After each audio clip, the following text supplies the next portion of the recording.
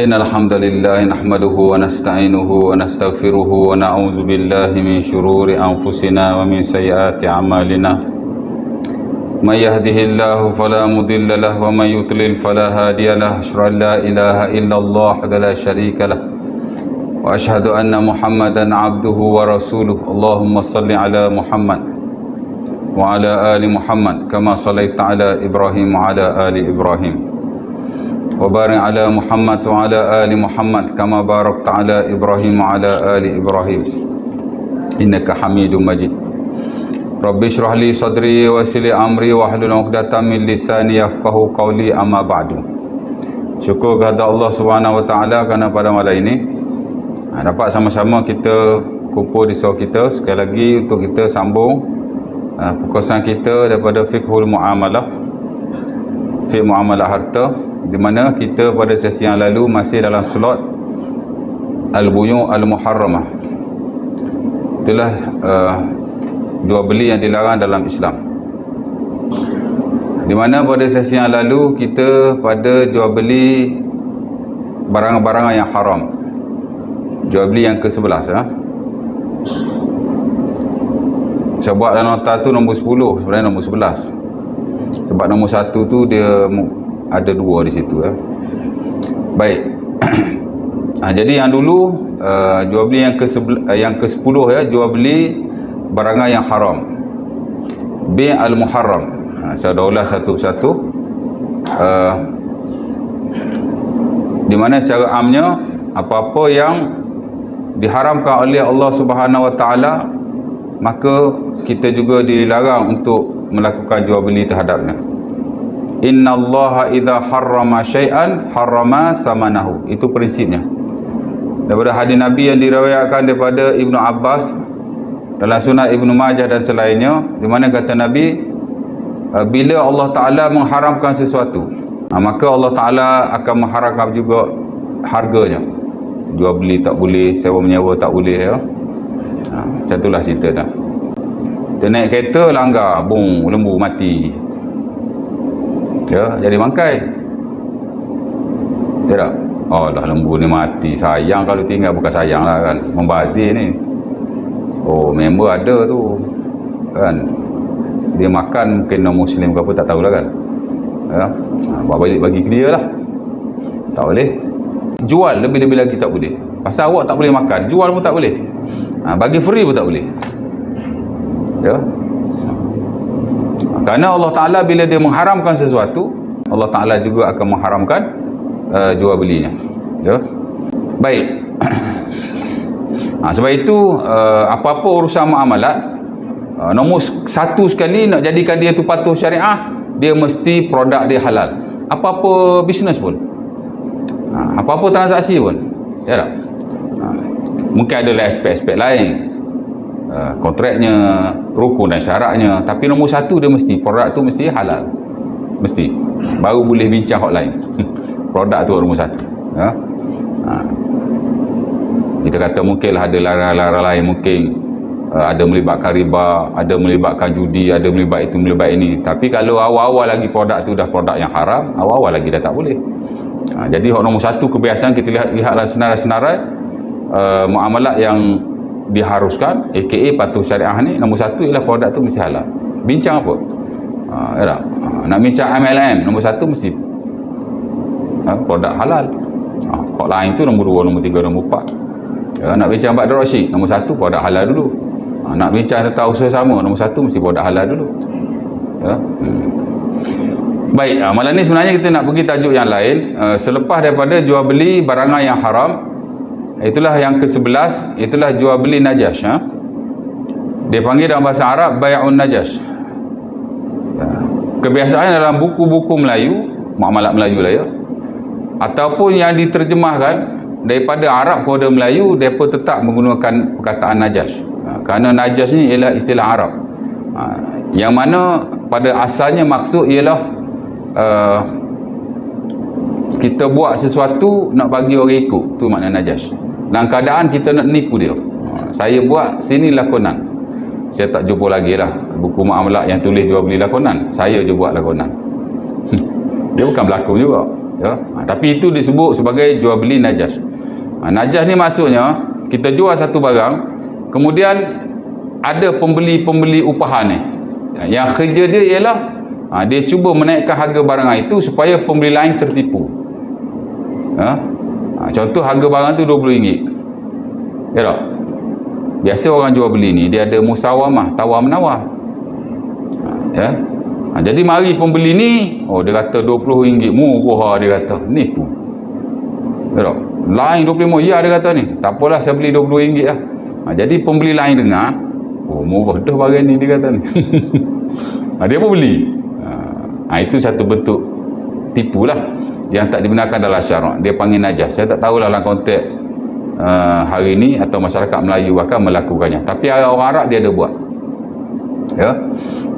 Umpamanya disebut oleh Imam Ibn Hajar dalam bukunya Fathul Bari, najas ni maksudnya ialah aziyadatu fis saman mimman la yuridu syira'uha liyaqa' biha ghairuhu. Ya. Mari orang dia berlakon dan dia cuba menaikkan harga supaya pembeli lain tertipu. Dan itulah cerita dia. Ya.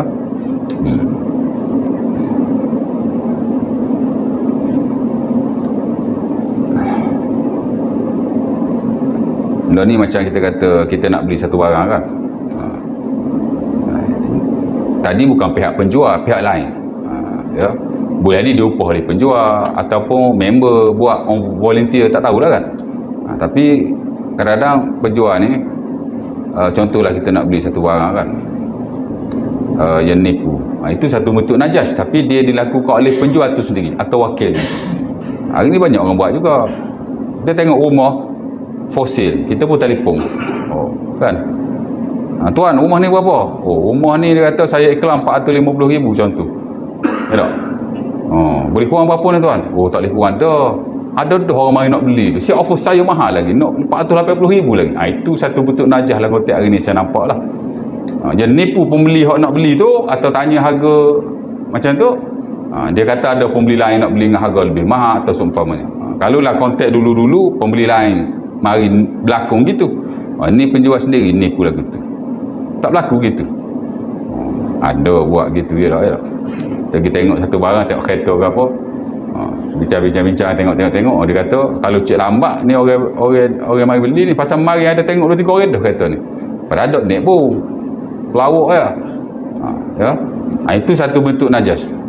Kita kata orang mari nak beli dengan harga lebih murah, lebih mahal lah, ya tak? Padahal tak ada pun. Itu satu bentuk najas juga.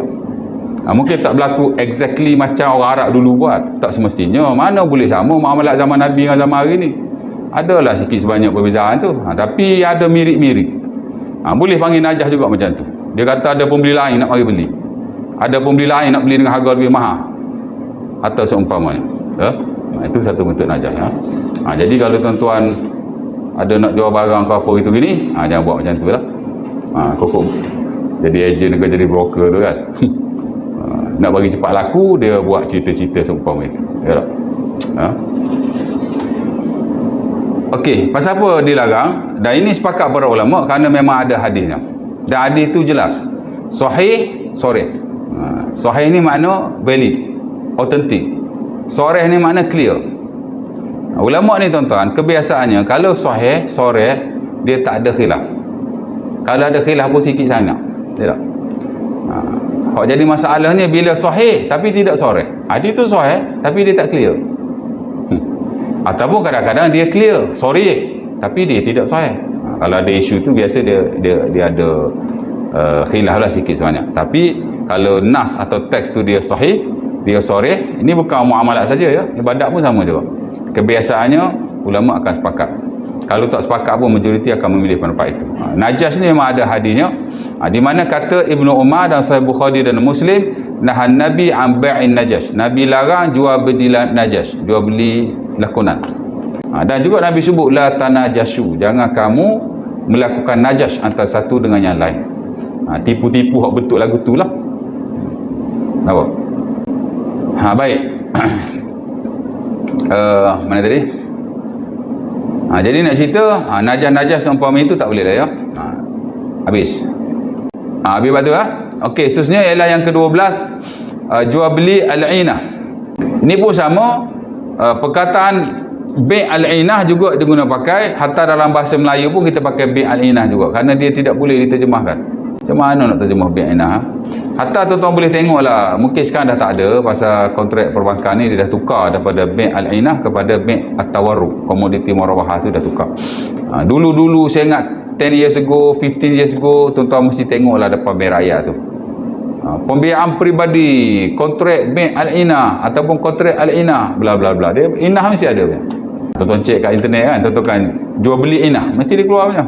Nombor satu dia keluar perbankan. Tapi sekarang dia dah buat yang lain lah, sebab bai' inah ni dah ada isu sikit. Tapi dulu-dulu peringkat awal, kawangan Islam memang dia guna kontrak itu. Dan memang ada hadisnya lah ya, very sorry, very clear. Hadis Abi Dawud lah yang paling famous, banyak disebut dalam buku fiqh.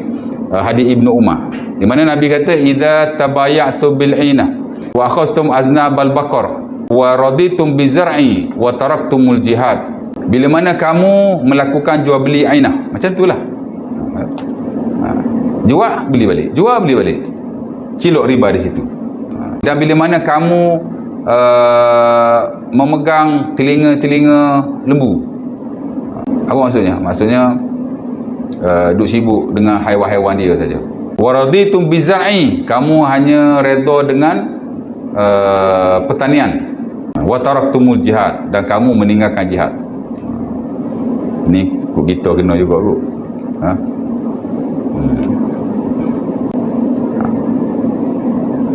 Maka Nabi kata, azallahullahu zullan la yanzi'u minkum hatta tarja'u ila dinikum. Allah Ta'ala akan timpakan kehinaan kepada kamu sehingga kamu kembali kepada agamamu. Jadi dalam hadis tu Nabi ada sebut inah kan, maka tak boleh. Bai' al-inah ni memang Nabi larang lah. Sebab itu sebenarnya majoriti ulama mengharamkannya. Memang unallowable, tak boleh. Melainkan segelintir sahaja di kalangan ulama-ulama Syafi'iyah yang mengharuskan. Iaitu yang diguna pakai dalam konteks hari ni dulu. Tapi hari ni dia dah tukar dah. Saya ingat, tak tahulah masih ada atau tidak, saya pun tak saya mau lebih lanjut, mana-mana perbankan atau institusi kewangan yang masih melakukan kontrak itu, saya tidak pasti. Tapi kalau dulu-dulu waktu dia guna, sekarang dia tak guna lagi. Dia dah tukar, macam bai' raya pun dia dah tukar, banyak institusi kewangan ni dia dah tukar daripada inah kepada tawarruk. Bai' inah ni tuan-tuan, dia panggil ayashtari syai'an ila ajal summa yabi' liman ba'ahu bi samanin aqalla minhu halal. Kita beli satu barang secara bertangguh, kemudian kita jual balik kepada penjual dengan harga yang lebih rendah. Nampak tak? Tak nampak? Saya bagi contoh lah. Dia muamalat semua ada contoh. Kita bagi technical definition dulu. Lepas tu contoh dia ialah, saya jual kereta kat Haji, ya. Berapa kereta ni? 10,000 sebulan, 1,000 10 bulan settle. Kemudian saya beli balik kat Haji kereta tu secara tunai, tapi dengan harga yang lebih rendah. Jadi saya dapat untung. Saya bagi kereta kat Haji 10,000 sebulan, 1,000. Pada waktu tu juga saya beli kereta tu terus dengan harga 8,000. Jadi saya untung berapa? Saya untung 2,000. 2,000 tu dia jadi riba sebenarnya.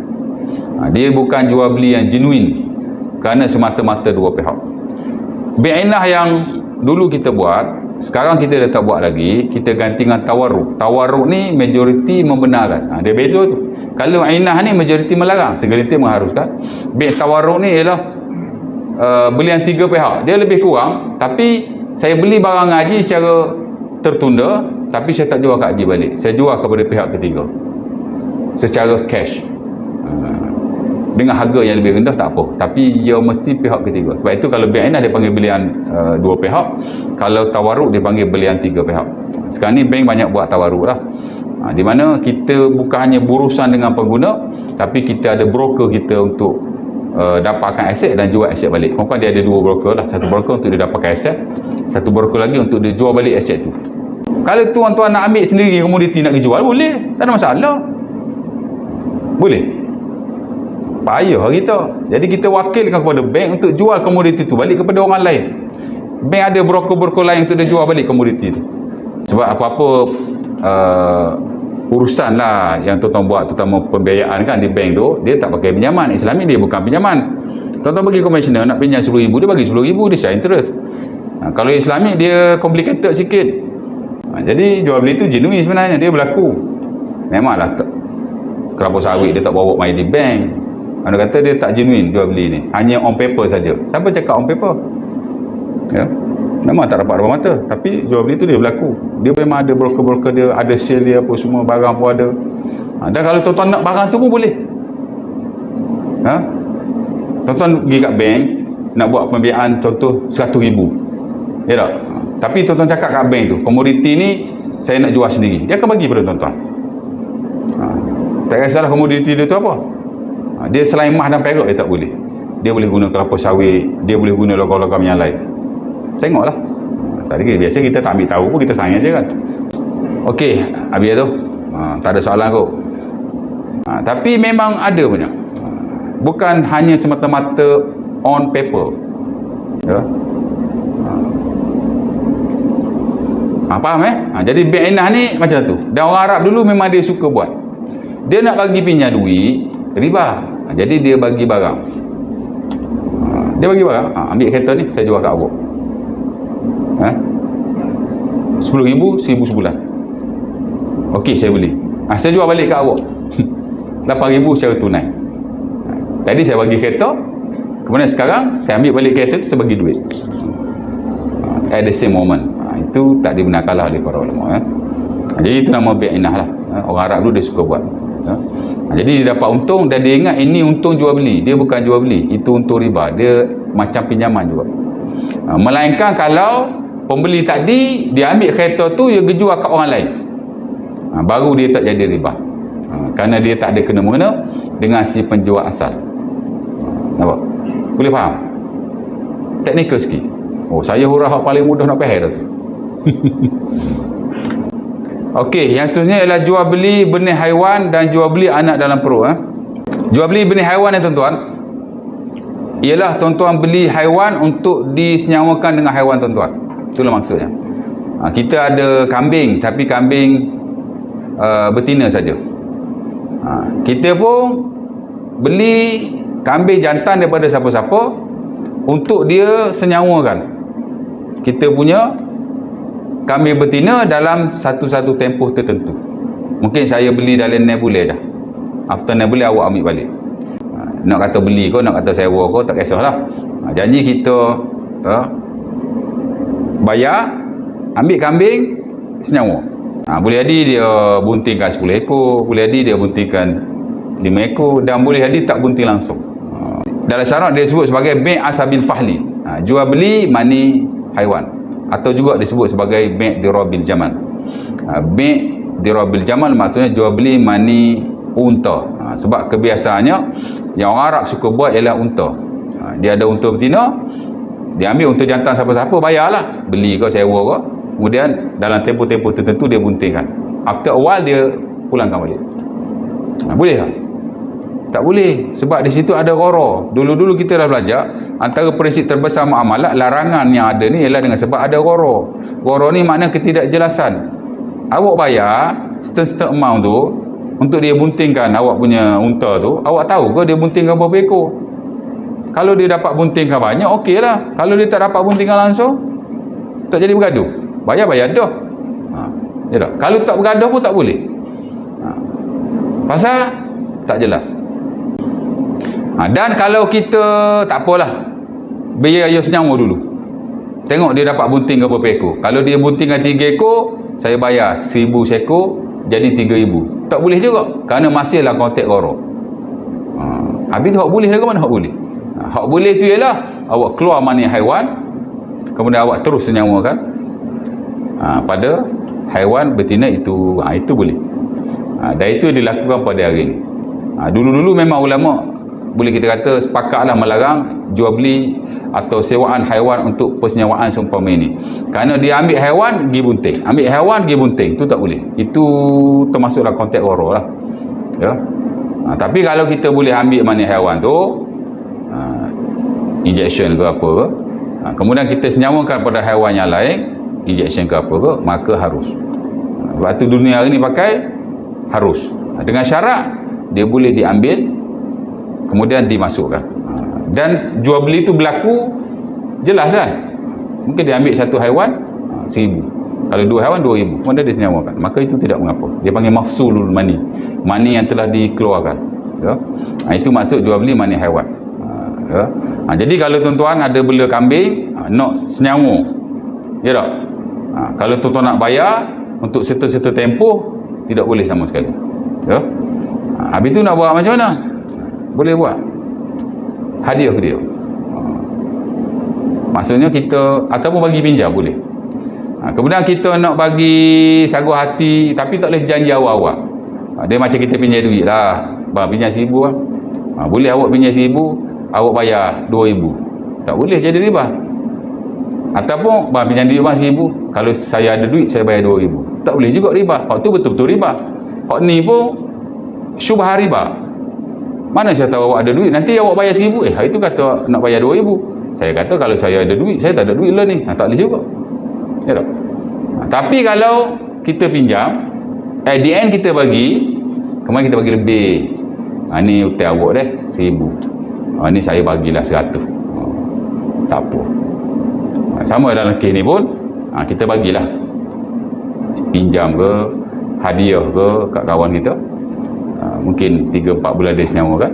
Lepas tu dia dah bagi kambing dia, kita bagilah dia sagu hati sikit, duit minum teh dia, itu tak apa. Tapi tak boleh cakap awal-awal, nanti mau bagi kambing aku ni, aku bagilah kamu 2-3 harta duit teh. Tak boleh. Dia cerita dia gitu, ya. Kerana Nabi SAW melarang pada awalnya mana-mana haiwan dijual seumpama itu. Tapi at the end of the day, Nabi kata rakhasa fil karamah. Bukan Nabi kata lah, Anas bin Malik kata lah, Sahih Bukhari Muslim, Nabi memberi keharusan jika ada karamah. Karamah ni makna memberi antara satu dengan yang lain, hadiah antara satu dengan yang lain, maka dibenarkan. Bukan tak ada solusi langsung, ya tak? Tapi kalau kita nak jual beli sebegitu tidak boleh, kerana wara. Islam ni dia jaga wara-wara tuan. Saya dah hurai dulu kan, ya tak? Ya. Jadi tak boleh lah. Satu lagi dia panggil jual beli anak dalam perut. Ni pun famous juga, dilakukan oleh orang Arab terdahulu, yang disebut sebagai bai' hablil hablah. Jual beli kandungan haiwan, jual beli janin dalam perut. Maksudnya saya ada kambing saya tu bunting, saya tak? Saya pun jual, nak pakai duit lah ni kan. Saya jual lah kambing hok le perut tu. Berapa? 100. Nanti dia beranak awak ambil lah. Pasal saya nak duit cepat ni, bayar dulu, nanti beranak pun awak ambil. Boleh tak? Tak boleh. Kenapa? Kerana di situ ada roro. Kita tak tahu bila dia beranak. Oh lah ni dia 3 bulan dah, kambing ngandun dia boleh 3 bulan lagi dia beranak lah. Mana awak tahu dia beranak after 3 months? Itu satu bentuk roro dari Islam larang. Itu satu bentuk lah, ya. Satu bentuk yang lain ialah dia jual beli bukan janin tu. Hak tadi jual beli janin lah kan, tak boleh pasal kita tak tahu dia beranak. Majhulul ajal, tempoh tidak tahu, kata Imam An-Nawawi rahimahullah. Baik, satu lagi ialah dia jual beli ibu tu, ya, tapi dia tangguh bayaran sampai dia beranak. Dia dua-dua mengandung, cuma hak ni dia beli anak tu dalam perut, hak ni dia beli ibu, tapi dia tak bayar loan ni, duit tak ada. Dia beli hak mengandung tu, tapi dia kata saya bayar nanti dia beranak pun saya bayar. Ya? Ataupun kalau ikut hadis Ibn Umar, bukan beranak tu dia bayar, dia double lagi. Saya bayar bila untuk hak mengandung ni beranak, lepas tu hak beranak tu beranak pula, Allah 2 kali beranak. Bila dia nak bayar?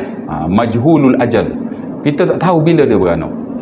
Betul tak? Dan Islam larang uncertainty, unclearance ataupun ketidakjelasan seumpama ini. Dia mesti ditentukan bila awak nak bayar, ya tak? Tempohnya tu. Kalau awak beli secara tangguh ni tidak ada masalah, harus, tapi kena bagi tahu lah bila nak bayar. Tu bagi tahu tu nak beranak tak diketahui bila dia beranak, maka di situ berlaku wara, ya. Dan kedua-dua ini mengikut ulama kita seumpama An-Nawawi rahimahullah katanya al-bi' 'ala tafsirain batil. Jual beli dalam kedua-dua bentuk ini adalah tidak dibenarkan sama sekali. Sama ada awak jual beli janin haiwan ataupun awak beli ibu dia tu sendiri, sama juga awak akan bayar bila dia beranak nanti. Sedua-dua tidak boleh, beli anak ke beli ibu ke, kerana dia melibatkan jahalah ataupun ketidaktahuan bila kita akan melakukan pembayaran. Itu bentuk warak dan dia tak benarkan dalam Islam. Islam jaga sampai macam tu sekali, supaya tak berlaku orang kata apa, permasalahan pada esok hari. Kita expect dia 2 bulan beranak kot, lalah 2 bulan tak beranak-beranak lagi, lepas 2 bulan 3 bulan member nak pakai duit, kan jadi masalah tu. Kalau minta awak tak boleh, kita janji dah dia beranak pun kita nak bayar, tak boleh. Dan kata Ibnu Umar dan Sahih Muslim, wa kana bai'an yabta'uhu ahlul jahiliyah. Dan ini adalah jual beli yang sering dilakukan oleh orang-orang jahiliyah. Saya tak tahulah law ni orang buat atau tidak, mungkin kita ni pasal tidak beli haiwan, mungkin kita tak buat. InsyaAllah ta'ala. Jadi ada 5 lagi. Ada nak tanya apa tak? Ada soalan? Ya.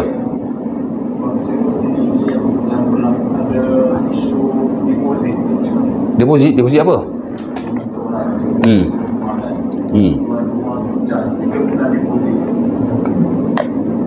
Deposit nak beli barang, dia minta deposit. Okey, sewa. Oh, dia minta dia bayar awal pendahuluan tu lah. Dia panggil apa saya pun lupa. Saya dulu menyewa juga. Apa dia panggil? Deposit lah kan. 1+1 ke 2+1 ke, boleh, harus. Ya. Cerita dia harus ke tak harus? Cerita dia harus lah. Ya. Dia deposit ni dia ada macam-macam bentuk. Satu bentuk ialah kita nak beli sesuatu, kita bagi wang pendahuluan. Dia melibatkan wang yang kita beri pada peringkat awal. Itu dipanggil dalam Arab dipanggil urbun.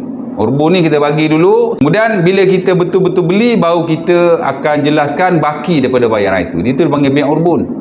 Harus. Maksudnya bolehlah ambil wang pendahuluan. Ya. Dan kalau kita tak jadi beli, macam mana dengan duit pendahuluan tu? Tengok perbincangan awal kita lah. Kalau kita kata kalau saya jadi, tolong hargalah. Kalau saya tak jadi, wang ni awak punya, boleh. Ataupun awak ambil sekadar kos-kos awak, boleh juga. Tengok kepada perjanjian awak. Tapi memanglah dulu ulama melarang ni, bai' urbun ni. Bagi wang $4, kemudian wang pendahuluan tu burn ataupun dimiliki oleh penjual. Ulama larang. Adapun kalau kita dapat balik wang pendahuluan kita, itu tidak salah.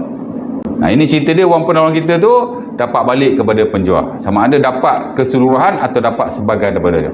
Tapi yang paling orang kata pertengahan lah dalam bab ni ialah penjual boleh ambil sekadar kos-kos yang dia habislah. Lebih tu dia kena kembalikan kepada kita. Melainkan kalau kita dah setuju peringkat awal. Mana peringkat awal tu kita dah setuju. Kalau tak jadi, awak ambil belakang. Tak apa. Tapi kena redha meredai. Tapi kalau tak ada cakap apa-apa, tak ada cakap apa-apa, cuma dia kata deposit saja, bagi wang pendahuluan saja, kita bagi wang pendahuluan, tiba-tiba tak jadi, tak ada bincang apa pun. Ni biasalah tuan-tuan pergi beli kereta ke mana-mana kan bagi deposit dulu, tak cakap apa pun kan, kita pun tak tahu macam mana bentuknya. Bila tak jadi, biasa dia pulangkan balik. Tapi dia ambil RM100, ialah dia mohon kat bank, photostat itu ini, dia ambil 100. Dan saya tak lihatlah dia ambil semua. Sebab saya pun banyak kali juga booking kereta tak ada, booking kereta tak ada. Biasa dia akan bagi balik kepada kita. Ada yang ambil RM50, ada yang ambil RM100. Itu harus. Kerana itu kita kata macam upah dia, kos dia ke macam mana. Tapi kalau nak ambil keseluruhan, ada khilaf bab ni. Tapi dalam konteks fatwa semasa macam wilayah tu, dia kata penjual boleh ambil sekadar kos-kos dia sahaja. Lebih tu pulangkan balik kepada si pembeli. Okey, dalam konteks sewa sama juga. Bila kita nak sewa, ada 1+1, 2+1. Pasal apa begitu? Pasal uruf hari ni memang macam tu. Maka dibenarkan. Kerana asal-asal dalam muamalah ni harus, melainkan jika ada dalil yang melarang. Dan tak ada dalil yang melarang dalam bab ni, kita ambil wang pendahuluan. Maka boleh. Ya. Of course lah kalau ada kontrak tu dinyatakan macam mana tentang duit deposit tu. Ambil tu tak salah. Tapi everything must be clear. Contoh kalau saya nak keluar daripada rumah ni, macam mana dengan duit deposit? Dia kena clear lah. Ya. Kalau tak clear, itu jadi isu tu. Yalah, deposit kena ambil tuan. Berapa ramai penyewa, elektrik tak bayar, kadang-kadang bulanan tertangguh, tak kira lagi hak lagi malas tu. Untunglah sebagai penyewa ambil 1+1, ada ambil 2+1, dan ada 3+1 pun ada. Ambil tu boleh. Tapi status duit deposit tu dia kena nyatakan dalam kontrak macam mana. Ya? Dan dia mesti meraihkan kemaslahatan kedua-dua pihak. Penyewa tak boleh dizalimi, orang yang bersewa pun tak boleh dizalimi sama sekali. Dia kena adil kedua-dua. Macam saya sewa dulu pun memang ada kontrak. Haji tu memang dia ada lawyer dia buat kontrak. Saya baca kan. Adalah perkara yang saya tak setuju, tapi tak apalah kan. Majoriti hak dia tulis tu betul lah. Satu campur satu. Dia nyata kat situ, mesti beritahu penyewa sebulan lebih awal sebelum keluar. Jelas lah.